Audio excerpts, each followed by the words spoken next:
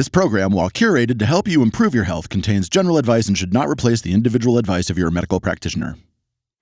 This episode covers some sensitive topics such as abuse.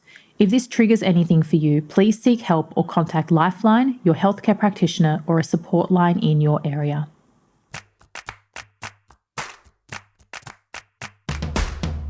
This is a journey and this is starting something that's going to make me feel better. I honestly felt like most of the time I was in this massive fog. That's what this journey is about. It's about understanding you, and it's about understanding when you feel okay and when you don't. But I'm learning me every single day, and I'm accepting and kind to myself. In life, it's normal to have ups and downs. But what do we do when we get stuck? I've always been fascinated by the healing journey. Why do some people get better while others fail to make the shift?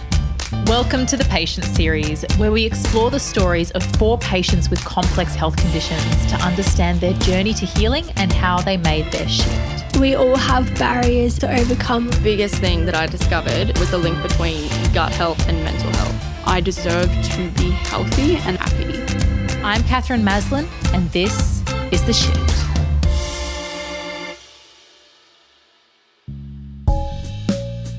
Welcome to the Patient Series, where we explore the stories of 4 patients with complex health conditions to understand their journey to healing and how they made their shift. My name is Katherine Maslen. I'm a naturopath, author, the founder and head of Shift Clinics, and of course your host of this mini-series and the Shift podcast. In season 1 of The Shift, we deep dove into the fascinating field of gut health. You heard the very best from 24 world experts in gut and surrounding health. You discovered the latest in microbiome research and explored the many facets of digestive health.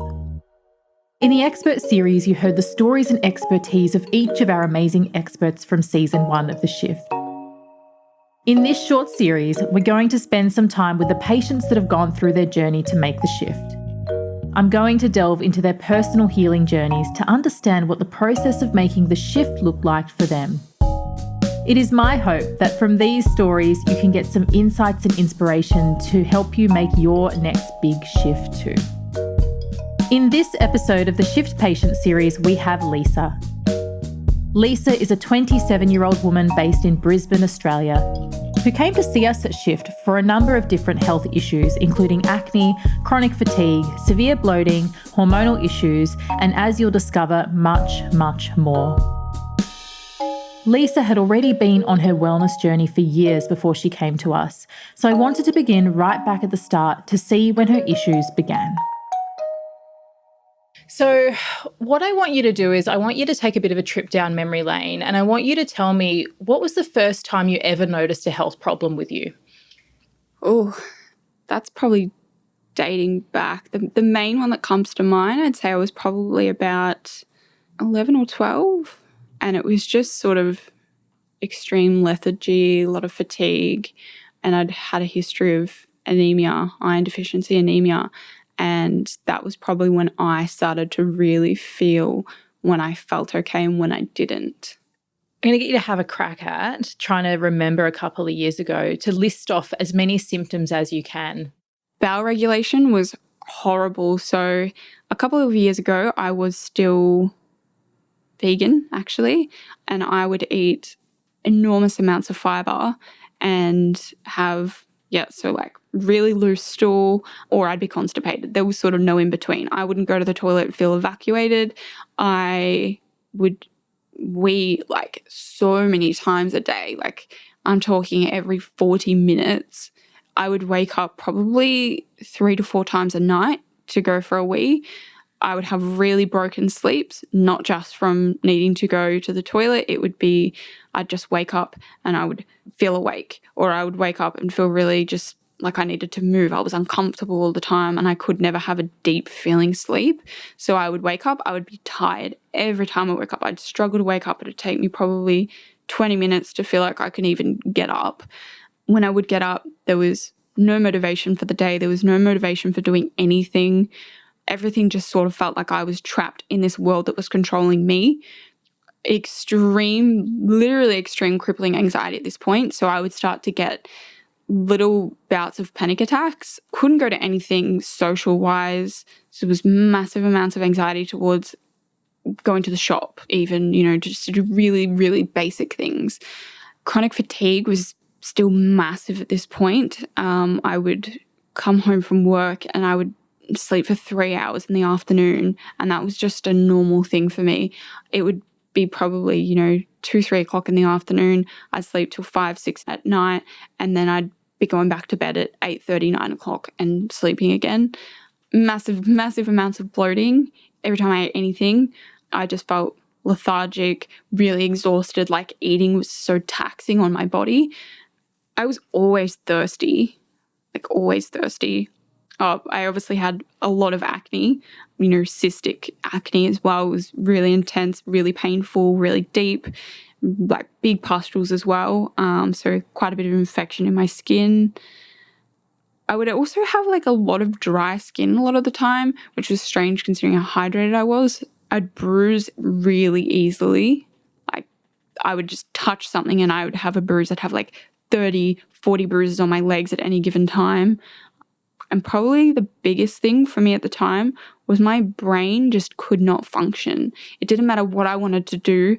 I would put my best effort into something and I could not remember anything. So it would be something simple as someone would give me a phone number and I'd be writing it down. And if they gave me more than 2 to 3 digits at a time, it'd be like, oh, hang on, what were you saying? I couldn't walk away remembering 4 numbers in a row. I couldn't recall events that had happened with my friends. I couldn't remember something that I'd read 5 minutes ago. I honestly felt like most of the time I was in this massive fog. And I also just felt like the way I used to explain it to my best friend was I was in a room and there was a chair and that was my brain and that was it. Nothing else was going on in there. Nothing else was working. Nothing else could enter and nothing could leave. And it just felt empty and foggy and dark, and nothing would function the way I remember I was. So I remember growing up and my brain was really just on. Things would just work. I would remember things and I just didn't have any of that anymore. And what happened from there? So did you go to the doctor? Did you go and seek help? Like what were you going through at the time? I grew up in a family where I guess we just sort of swept everything under the rug and, health problems would arise, family problems would arise, and we wouldn't really address them at the time. And that sort of manifested as I grew older. I didn't really do anything about changing those behaviors. I didn't really think when I felt unwell that I could change it to feel good. So I didn't really do anything about it for, sadly enough, probably about 5 years. I just kept sort of on the same path and the same processes of everything getting worse and different health problems popping up and things, and I didn't really deal with any of them. So what kind of things were popping up? So I would get a lot of the fatigue, and I'm talking like the real chronic fatigue, absolutely exhausted unless I'd sleep for at least 10 hours a night. Even if I had an 8-hour night, I'd feel exhausted. I started to have really, really bad stomach aches. I'm talking somewhere I would just be debilitated. Sitting over on the couch, hunched up, I'd have to put a lot of pressure on my stomach. And it was really frustrating for me mentally because I'd be planning to do things with friends and then a stomach ache would come on and I couldn't do anything and I could never narrow it down to what I'd eaten because it would just seem to happen when I ate anything. And then I guess from there on, I sort of had little bouts of depression. Anxiety wasn't really an issue for me until, years down the track, but I'd get the depression, I'd have the really bad stomach aches. And then it started when I found out that I potentially had celiac. I think I was about 19 when I found that out, and I'd just gone to the doctor for a routine, refill my script in, my pill script, but it was a different doctor. My doctor wasn't in that day, and she started asking me questions, and I was like, I'm just here to get my script refilled. Why are you asking me questions? And she was like, I've had a look over your file and all of these things don't add up. I want to send you for a screening. Found out that I had the antibodies for celiac disease. So I took myself off gluten for a little while to see how I felt, and stomach aches subsided. And I thought, oh, hurrah, this is all that's been all this time. You know, it was only celiac and everything else will fall into place now. And then it was probably 6 months at best into the removal of gluten that similar symptoms started to come back, and it was really baffling, and it was really defeating at the time because I thought, I'm not having anything with gluten. You know, I'm doing everything I can to look after my health, but in reality, I wasn't really doing much. And yeah, so I would get the stomach aches back. I'd have a lot of the fatigue, and that same sort of looming depression feeling started to come back as well. Hormones are the number one thing that will make you feel crazy. Issues like weight gain, anxiety, depression, sleep, and even bloating are all impacted by our hormones.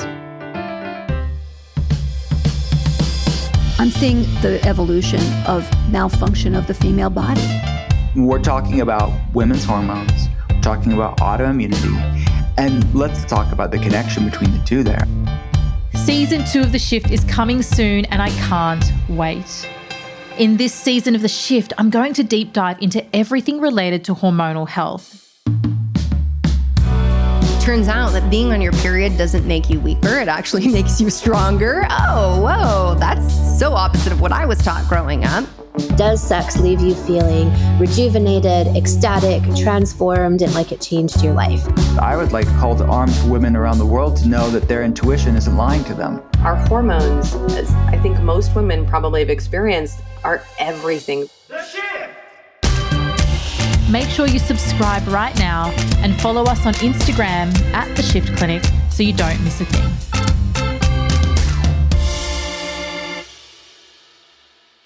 How did you feel in that moment, like after you fixed it and then when the symptoms started to come back? It was overwhelmingly defeating. I just couldn't understand what was wrong with me. You know, why me? Why has this happened? Why now? I'm doing things to look after myself. Why do my friends not have these issues? And, you know, I thought, what else is wrong with me now? You know, am I going to die of some random disease? Do I have cancer? You know, I went to Dr. Google and thought, I must have all of these different things wrong with me because it doesn't matter what I eat. It doesn't matter what I do. Everything I do seems to end badly. So it was just a really bad pattern of thought that just kept getting worse and worse. And I think with that, I would just manifest worse health. Just a quick side note here. How many of us have felt better and then been hugely disappointed when our symptoms return? At Shift, we call these bumps in the road roadblocks, and it's actually a really normal part of the healing journey. It's normal for things to heal and then regress at times. The trick is not to give up and to discover what is going on so that you can take the next steps. Maybe Dr. Google isn't the best option here though, but let's see what Lisa did next. So then about 6 months later, you started to notice symptoms again. What was the next step for you? So I would go and do, because at the time, all I knew I had at my disposal was blood tests, because I'd grown up with the iron deficiency anemia. We'd have blood tests very frequently. So I went to the doctor and I thought, I'll get blood tests. Something will show up in my bloods that tells me, you know, this is what's wrong with me, basically. And so I went to the doctor. I would get my bloods tested. I'd ask for these full bloods and they'd come back normal on everything except for the iron, saturation, the ferritin, the classic things that I always knew were there. And I thought, there's nothing that's changed, but I'm changing things and nothing's changing for my health. What did your doctor tell you when he gave you the results? They basically just said, just take some iron supplements. We've got, better tablets nowadays, because I used to have all these different forms of iron and it would be really constipating, like horrible. So my mum would have to, get things for me that would help me regulate my bowels again, because I wasn't able to go to the toilet. And so he basically just said, here's some iron supplements, and it wasn't really figuring out what might be the root cause of this deficiency. How old were you when you started taking iron? I was probably about 6, I think. 6 years old. Yeah. And so have you been getting constipation from that since you were 6? Yeah, from 6 until probably 17, I had chronic constipation in bouts in there. Sometimes I would say for me at the time it was pretty normal regulation, but in hindsight and knowing what I know now, yeah, there was constipation that whole period of time. So I wonder how much that would have contributed to your gut problems, having that constipation on and off for so many years from when you were young. Were you born naturally? Yes. Yeah. And were you breastfed? Only for about 3 months, because I was actually born with the bottom valve of my stomach didn't function properly. And so I would get extreme acid reflux and I would vomit anything that came in, basically. And at the time, they told my mum I needed to go on formula because she needed to mix something in to my milk, and they told her that you couldn't mix it with breast milk. And I think in what she knows now, it was only something like guar gum. And she was really frustrated when she found that out, because she realised she could have just expressed and mixed it, but they told her, no, you have to mix it with formula. So I think it was only about 3 months that I was breastfed. Were you sick when you were a baby or when you were younger? Yeah, I would say I was generally the person that if someone got sick, I'd get sick. And what about antibiotic use?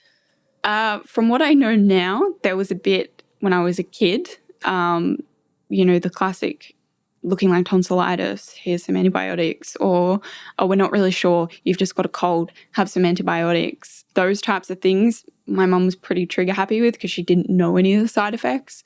She thought she was doing what was best for me at the time. And I think as I got sort of a bit more control over what I would put in my body, I always just had a resistance to taking antibiotics. I didn't like it. Don't know why. I had no idea any of the side effects. I just didn't like it.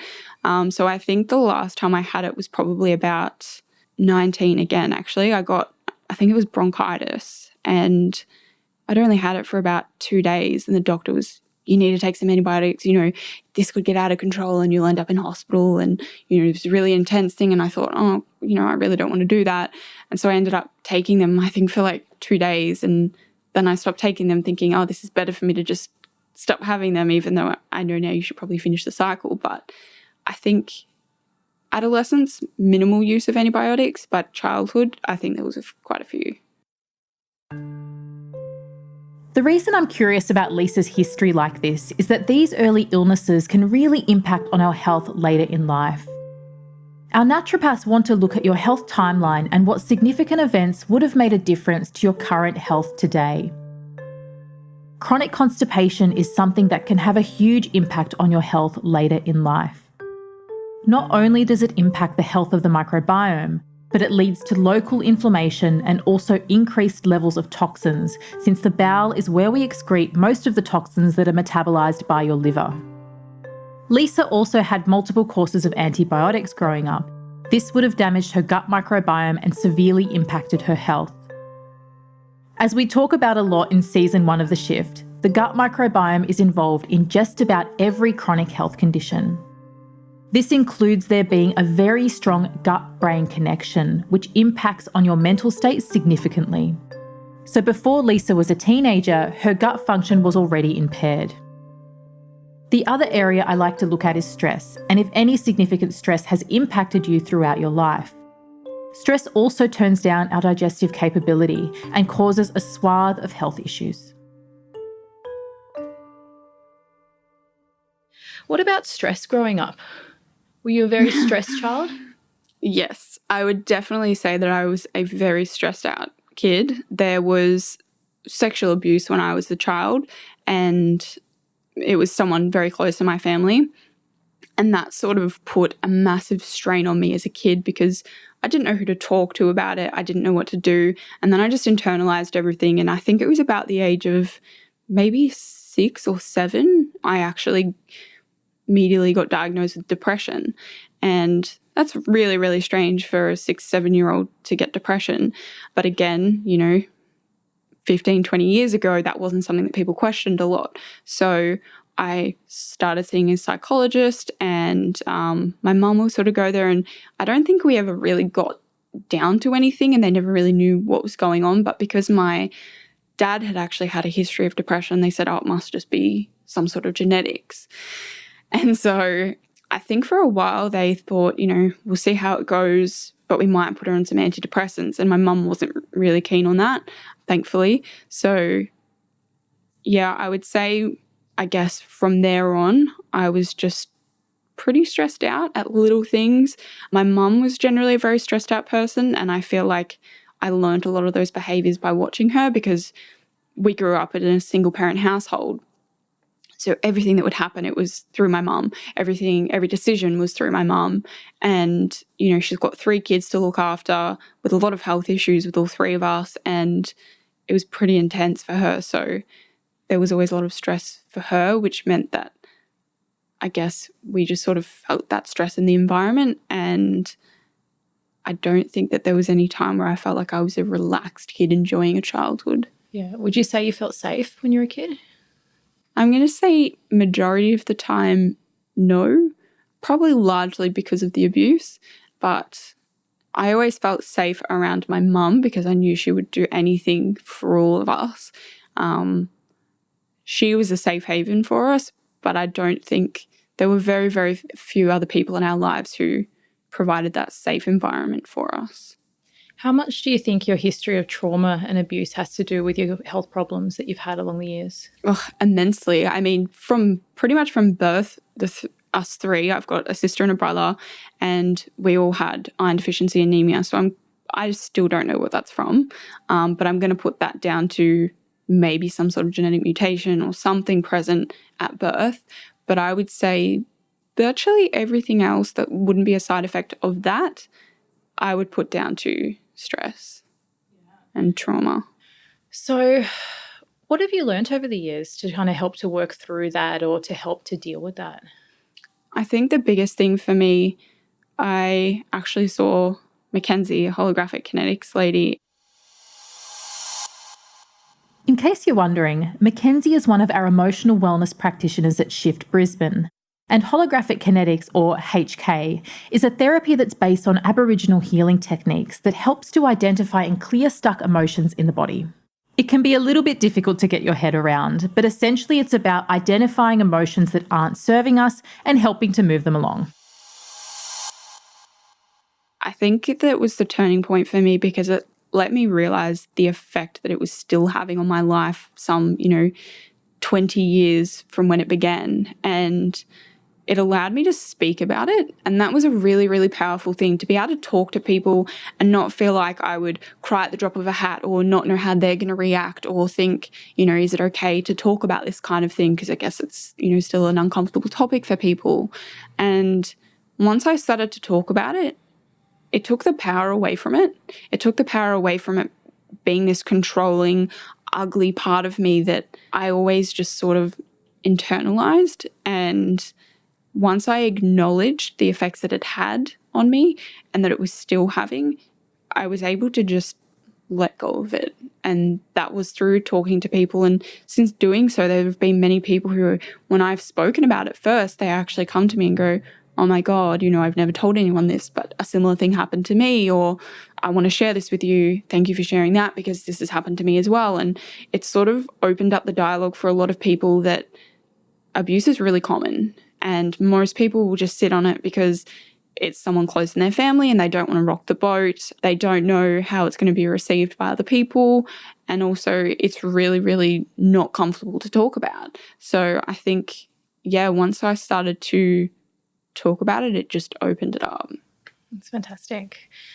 And I guess we're always on that journey, and it's always going to be something that you're kind of working on and growing, but it's amazing. So I really commend you for being brave enough to look at that stuff because it's definitely not easy. Thank you. What about hormones? Have you had any problems with hormones? Yes.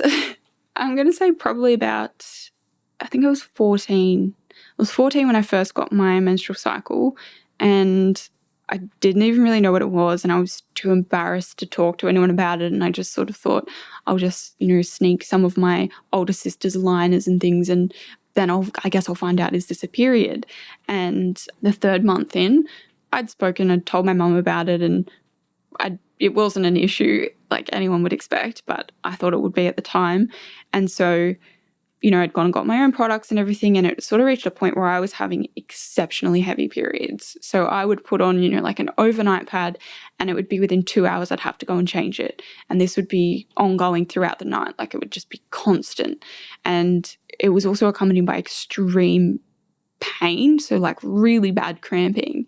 And I sort of thought like, this isn't okay. Every time I'd get a period, it'd be like, I'm out for, 5 days or something.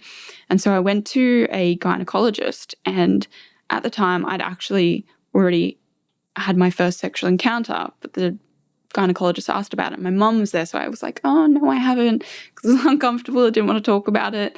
And that, I guess, changed what medication he decided to put me on, but he still opted for the pill. And I didn't question at the time. A lot of people were on the pill. I sort of thought, yep, that's pretty common. We're at childbearing age now. If there is anything on the horizon about sexual encounters, that offers a form of protection. And yep, cool. This pill was good for reducing bleeding and cramping. So I started that, and I would get a lot of side effects from that. And so I gained quite a bit of weight. I also would get spotting a lot throughout all of my, phases of my cycle. And I was just told that's pretty common, don't worry about it. And then I think it was about a year after that, I swapped to, I think it was Levelin ED, the pill that I swapped over to.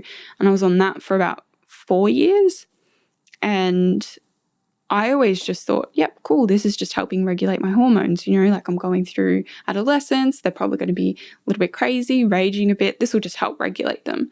And it wasn't until I sort of started to learn about what the pill actually says to the body on a hormonal level that I was like, whoa, I don't want to take this anymore. And once I came off it, again, I think that was about 18 when I went off the pill.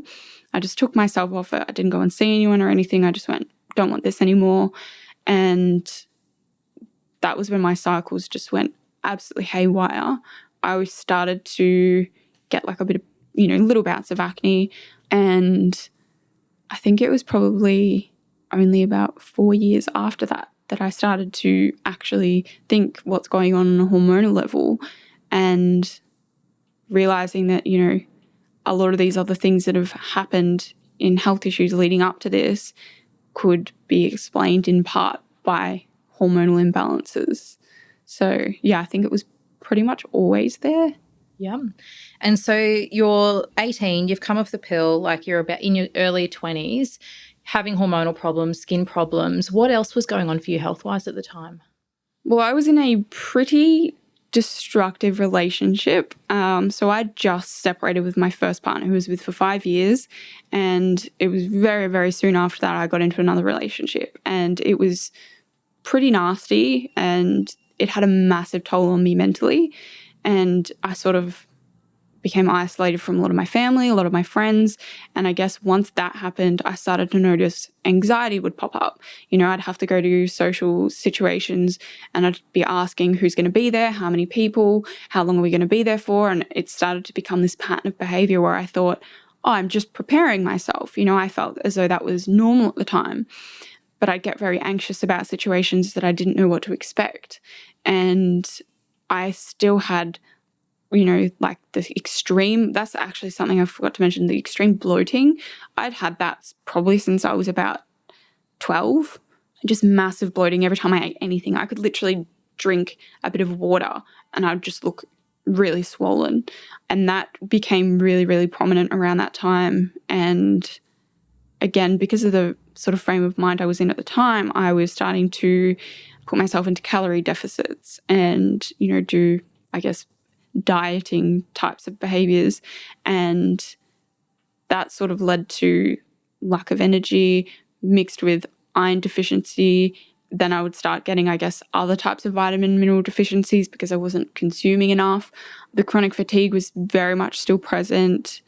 And I think it was around then that the depression started to come back in, and it was really forceful. And I would just get these bouts of probably a month within the year where I would just get this real depression and feel as though there was no point in living and, we're all going to die anyway. It was just this really negative thought processes towards everything. And yeah, that I guess had a bit of a cascade effect on everything else because it, again, made me alienate myself from everyone and isolate. And yeah, I think most of the issues really started to rear their head around there.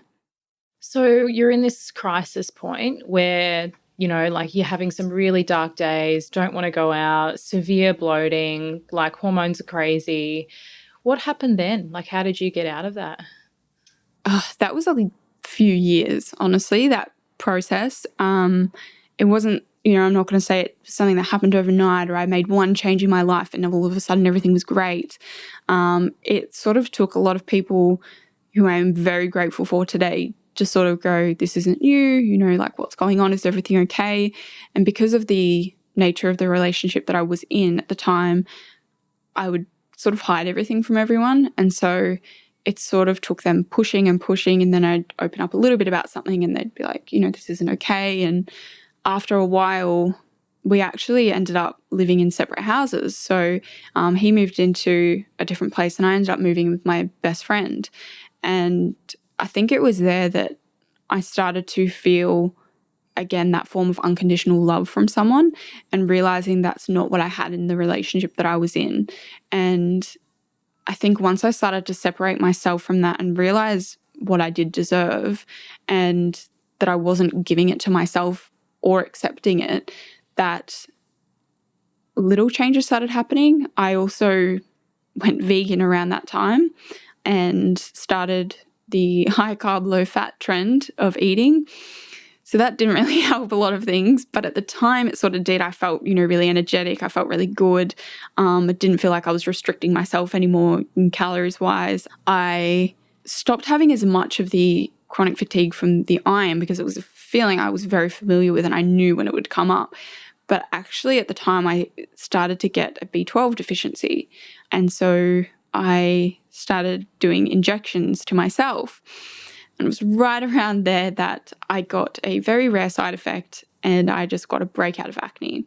Didn't really know what it was from at the time, but did another shot and then bam, another bout of acne came out, and it's sort of, compared to what I had, a year ago, the acne back then wasn't very much, but for what I was used to with my skin, it was, whoa, big breakout. And that just made everything worse because then I was starting to feel like I could go out and be confident with myself again, but then acne started coming and that took all of that away. And it sort of made me think, people are going to see me who are used to the way I look and question me, or they're going to judge me, or they're going to make comments and they're going to talk to other people about it. And it sort of made me go, oh, I don't really want to see anyone. And again, that took away that whole relationship that I had with other people and put me back in this mental space of you're on your own. What's the point? Every time you make a change, something else goes wrong. Every time you try and address this health problem, another one comes up. And I also really wasn't dealing with the abuse at that time either. So that would sort of pop up every so often. And then I'd get really, really self-conscious and depressed about that again. And so it was just this massive cycle of trying to, solve one thing and another thing would just come up and it'd feel 10 times worse. That's a massive time of your life. Reviews help us know that we're hitting the mark with what you need and help us to shape future seasons. I'd really appreciate it if you could take a few moments to leave us a review. I would love to know what you think. The shift! And what about health-wise then? When was the moment where you went, this is enough, I've got to actually take some serious action here?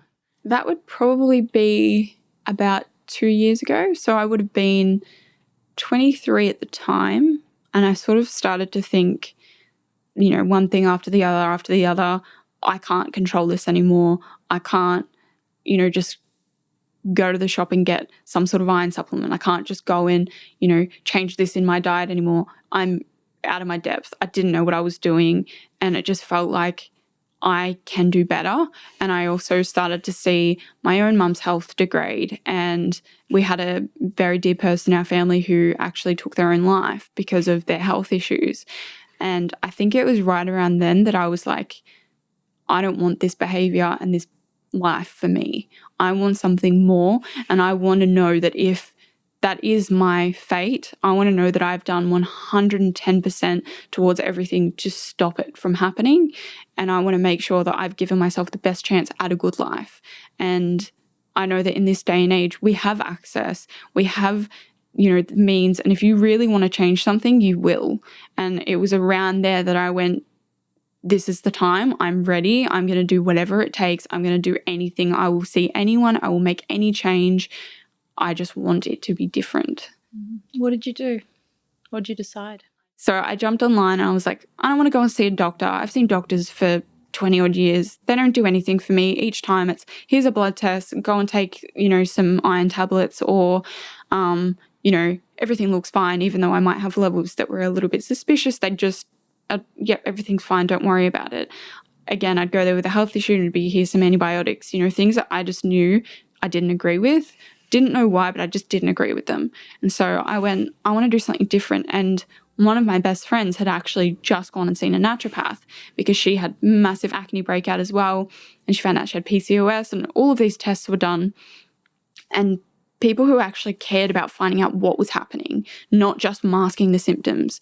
And that for me was a hallelujah moment. I was like, this is what I need. I need someone who's going to go, where has this come from? Why is this happening? What can we change? And that meant a holistic approach, because by this point I knew it wasn't a matter of you don't eat enough iron-rich foods. It wasn't just you need to, go and change your exercise regime. It wasn't just this really, really little thing that needed to change. It was this massive approach that had to change everything that was happening. And so I was like, this feels right. This is what I need to do. And I just threw myself in the deep end. Even though I was anxious, I felt uncomfortable. I didn't know what to expect. I was scared. I just went, this is right. I need to go here and I need to give this a shot. That's awesome. Okay. So you've come in, you've seen a naturopath. How did you feel after that first appointment? Like, what did you discover? And then what did you end up doing from there? I went in there with no expectations and I just thought, I'm just going to give this a crack. There were like a million questions I had to answer and things that I'm a pretty open book. I don't mind talking about things, but I guess I'm not used to them being asked. So, questions about like your bowel regulation and were you breastfed and things that I, even at the time, didn't really know. And so this encouraged me to think, hang on, maybe I should know this sort of thing. It is about me after all. And I guess it sort of made me put value on myself and put value on my own life. And by valuing myself and understanding if I make these changes, what impact can I then have to making changes for other people? If I'm not in a state of health, how can I help other people achieve a state of health? And I was always someone who wanted to encourage people around me to be better versions of them and to be healthier, but I wasn't healthy myself. And I went and saw someone who saw me as a whole person instead of a symptom or instead of a history or instead of, just this one thing. They were questioning everything about what makes me me. And that was massive for me because I have always had basically no confidence. And I walked out of there feeling confident in my health and doing something about it. And I guess that was a massive, massive change right there and then that day, that I deserve to be healthy and I deserve to be happy. Can you tell me, after that first appointment, what was the action that you needed to take? What did you need to do? So they were really, really simple things. Try and minimize your water intake, because I was having in excess of 5 liters at the time, and take it easy on yourself. She basically just put out there that I need to just try and relax, because I was really strung out and I was always on the go, and it was always, everything was a rush. It was like, do this and do it as fast as you can. And that's what you need to do if you want to have any time to relax in the day. But realistically, I walked out of there thinking, okay, like these are really simple things. Like I could have changed this myself, but I didn't have that confidence before I saw her to know that I needed to do that and to know that I could do that and know that really simple changes can have a massive effect, because it's one thing leads to another. The same with a health crisis, one thing leads to another. And if you miss one thing, something else will pop up. And so once I started to realize that not every single symptom was connected to a different problem. There could be 20 symptoms that were connected to one problem, and I could do really, really little things that would help that problem ease up, and that might eliminate 10 of those symptoms. And I guess walking out of there, I felt empowered to do those little changes, because I thought, this is a journey and this is starting something that's going to make me feel better. So what began to shift first? I'm going to probably say that the weeing so many times a night was one of the first things that changed, because I had reduced the water intake as well. And right in the beginning, it didn't stop me being thirsty. But after a little while, we were, going after things like my adrenals and stuff like that with some supplements. And that sort of started to take the thirst back. It meant that, I could go half an hour without feeling like I needed to drink a litre of water. Yeah. What happened next? I think it was probably after a little bit, but I had started to notice that I was getting a bit more confident with social situations. So still quite a bit of anxiety present when I would have to go to something. I would still be asking all those questions, but I wouldn't at the last minute go, no, I can't go. I'd start being like, it's okay. Positive self-talk would happen and, you can make it, you can go. And it was very early on that I saw Mackenzie and started dealing with the trauma and the abuse that I started to realize that I didn't have to feel depressed. And I'm not going to say that all of it was that I was making myself feel depressed, but a lot of it was that I guess I felt like it was okay. And that started to lift quite a bit. And when I would feel depressed, I would recognize it and I would do little things that were, go for a walk or, go and see or chat to someone on the phone who, will distract you and make you feel happy and not living in your own head.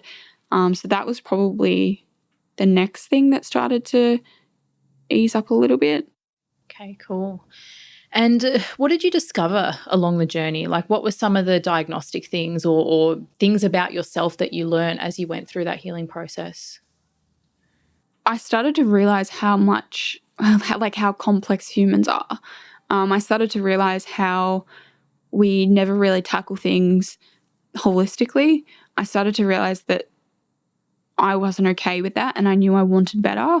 And that was actually when I enrolled to start my degree in naturopathy, because I went, hang on, there's this whole universe here that I've never heard about, never known about, and yet it's doing these things for me so simply. Why is this not more common? And once I started to do that, it empowered me to realize that education is enormous and we can actually make so many changes if only we learn about how to make them. And once I started to do that, I think people looked at me in a different light. I was no longer this sad person who was always sick or, always tired or something. It was more, I was starting to be looked upon as a source of information. And I hadn't felt like that for a long time because of the brain fog.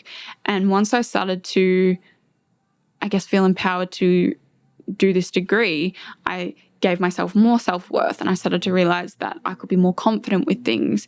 And I think that sort of double-handed approach meant that some of the other symptoms were lifting because I realized that they were mental as well.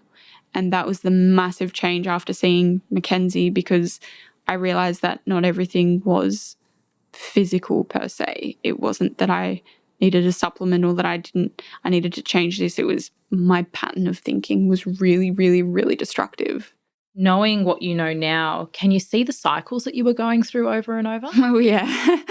Each time I've sat there and reflected on where I am now versus where I have been. And I do that quite often. I like to do self-reflection because sometimes I think you can go through day to day thinking that not many things are different to yesterday.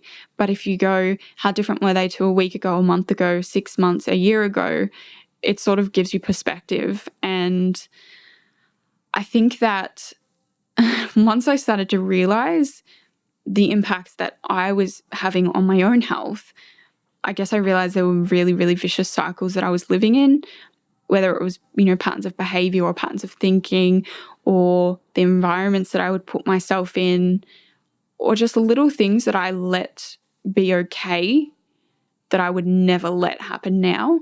And realizing that we can actually be different. We can actually have difference for ourselves. So, no one can tell you what you're worth. No one can tell you what you deserve. And if anyone should try that, be confident enough to disagree with them. Be confident enough that you know your worth and be confident enough that you know what you deserve. And once I learned that, I was like, wow, I lived in this environment where I let all these things that I'm not okay with and I would never do to someone else be okay and be done to me. And that cycle was continuous. It was never ending back then. And once I broke little parts of those cycles in the last few years, each one would come with a benefit. And that's when I sort of realized what were they coming with back then by enabling them. And that was sort of, learning that cycle and learning how those cycles would impact on my health back then. When we're trying to make a shift in our lives, all it can take is one small thing to set us in the right direction. Perhaps for someone you know, it could be listening to this podcast. My hope is to get this into as many ears as possible. So if you know somebody that's stuck and needs to make a shift, why not send them this podcast? It could be the one thing that sets them in the right direction. The shift! During the journey, were there any times where you felt really frustrated or stuck? Yes, very, very much so. It's not linear. It's not, one day you feel sick, the next day you're fine, and every day after that you feel fine. And that was the biggest thing mentally for me to adjust to, was that I might have an off day. I might have a day where I still don't have regulated bowels, or I might have a day where I'm super thirsty or have a bad sleep, or, these little things that used to be such a massive thing in my life. They don't mean that I'm regressing. They don't mean that I'm going back to square one. And that was the biggest thing for me with my gut health. I started improving it, and then it just went to shit. And I couldn't eat anything. And I would get debilitating stomach aches. And I was like, what's the point? I've spent all this money. I've taken all these supplements. I've made all these changes. I'm just back where I was, and that's how I felt. And I ended up doing the low FODMAP diet for like 10 months, and that was horrendous and horrible. And it was really bad days in there. But the thing is, I always trusted in the process. Even if some days I went against it mentally, I would always trust in the process. I would always persist with my supplements. I would always persist with these changes that were recommended to me. I would always persist with the things that I felt other people knew would benefit me, even if I didn't feel like they were at the time. And it works. The system works, even though you have days, weeks, even months sometimes where you don't feel like you're going forward, you are. And it's little by little that you make change. And I think we forget how long it takes for problems to arise and to continue. And when we want to address them, we think it's going to be this quick process. And, all of a sudden I'm going to have this one supplement, I'm going to feel better. And that's just not the case. It's not this quick fix. It's not this one thing needs to change. If you actually approach it properly, it will take a while. But the thing is, you will see progress and you will see little changes if you want to find them. And once you see them, it empowers you to realize that things are getting better. And like I said, it's still not, there's no end destination. It's not like, oh, I've seen you for 6 months, I'm okay now, bye. It's, realizing that you're learning you. And while learning the information that affects you, the most important thing is learning your body and learning the way you interact with things, because everyone is so different. And your journey to that date means that you are going to be so unique compared to everyone else, because the interactions that you might have with food or behaviors or people is impacted by your past. And I think that is where you start to realize that that's what this journey is about. It's about understanding you, and it's about understanding when you feel okay and when you don't, and learning what that means. Why do you think people think it's normal to not be feeling great? I think that's because generally our behavior around talking about health is that you're complaining. If you want to say that you're exhausted, people just say, oh, so am I. People just pass off symptoms as if they're just really little things. And that's because we don't treat ourselves with enough respect, and we don't, I guess, listen to our bodies. When little things happen, a symptom is trying to tell you something. You don't listen, it will get louder. It will show you in other ways. And I think it's really, really still taboo to talk about your health and to talk to people about it as a holistic approach. You go to someone who's saying that they've got irritable bowel, and you go, oh, okay, are you stressed? People go, well, that's stupid. How did you put those two together? It must be something I'm eating, or it must be that I'm not exercising enough. And instead of, I guess, acknowledging that everything is unified, when you would talk about something, people just think that, oh yeah, that's probably just from this, or it's probably just from that. And it's disheartening to talk to people about it because you think, am I just complaining? Do people feel annoyed about me talking about this? Or you've surrounded yourself with people who have similar health, so it seems normal. It seems normal to have chronic fatigue, and it seems normal to have, poor bowel health, and all of these things seem normal because other people are experiencing them. Where do you think these beliefs come from? When people have a really strong belief about something, but it might not necessarily be because they're an expert in the field, but they just are really, really passionate about it. I'm going to say most of the time it comes from our parents. Just in my experience and the experiences I've seen in my closest friends, it comes from our parents, and I guess who knows where it came from for them. But I think as a whole, it's just been passed down, and slowly with each generation, we're realizing that these walls were put up for a reason unknown to us back then, but realizing that we can bring them down. And I think if only you have one person in each friend group who goes, I think natural health is cool, or I think it's better than going to the doctor and being given antibiotics. All it takes is those little people to plant seeds. And once those seeds are watered with little things that come up about this story from this person or this article or experiences with themselves, I think people sort of bring that wall down little by little and realize that this idea that they've lived with their whole life doesn't make sense anymore, and they don't really know where it came from. And I think most people, it just wanted to remain taboo, but it isn't anymore. So yeah, cool. Where are you now? Okay, so this is a good question because I think that, again, it depends on the day. It depends on what's happened. It depends on where my life is at.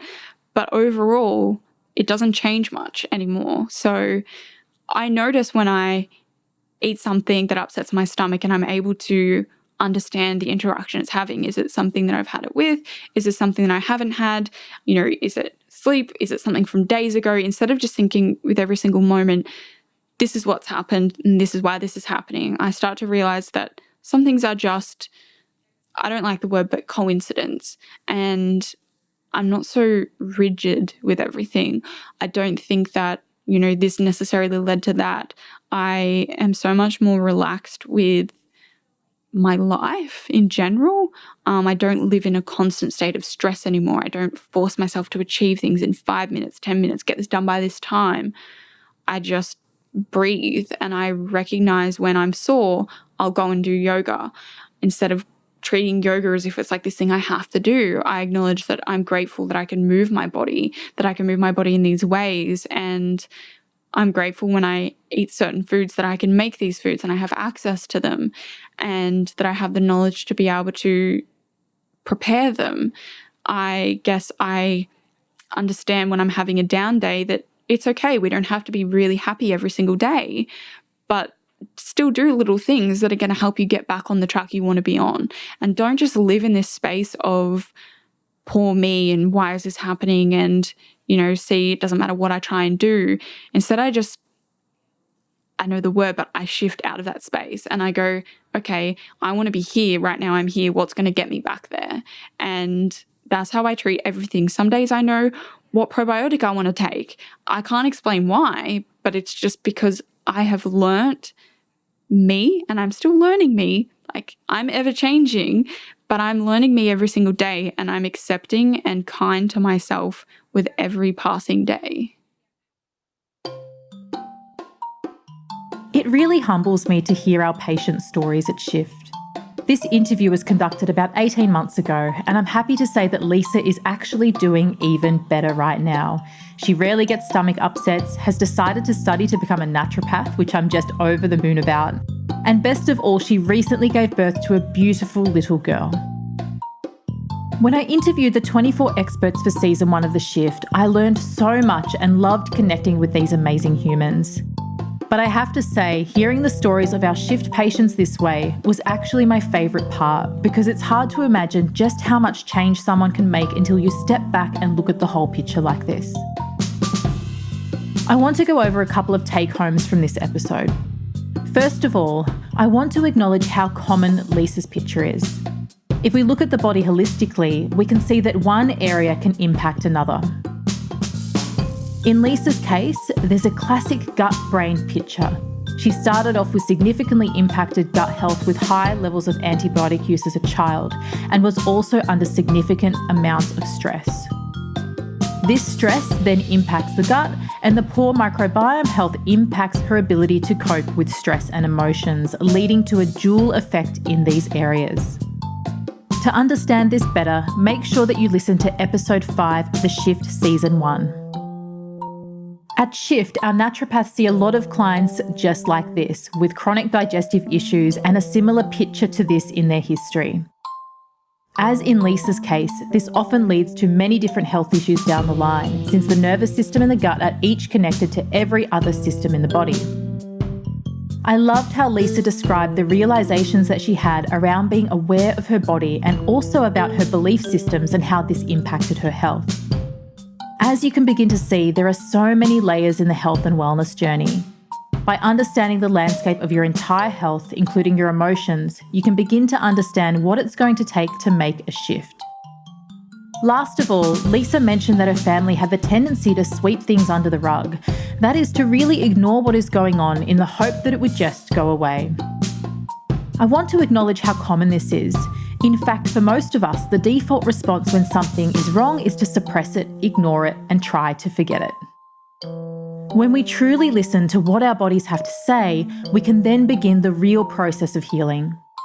When we take responsibility for what is happening and become curious about the reasons why, then we can begin the journey to making a shift. Is there anything that you might be ignoring? Signs and symptoms are your body's language. They are trying to tell you that something needs to change. Are you listening? Coming up on The Shift.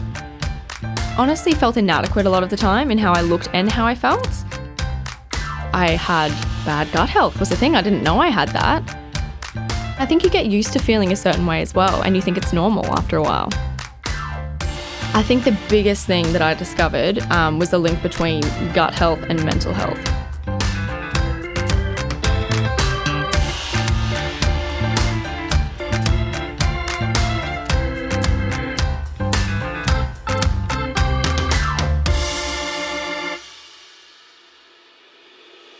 Have you listened to Season 1 of The Shift? If you're enjoying the Patient series, then you'll love Season 1, where we deep dive into the field of gut health with 24 world leaders in this area. Head back to your podcast app and go to episode 1. It's a great place to start.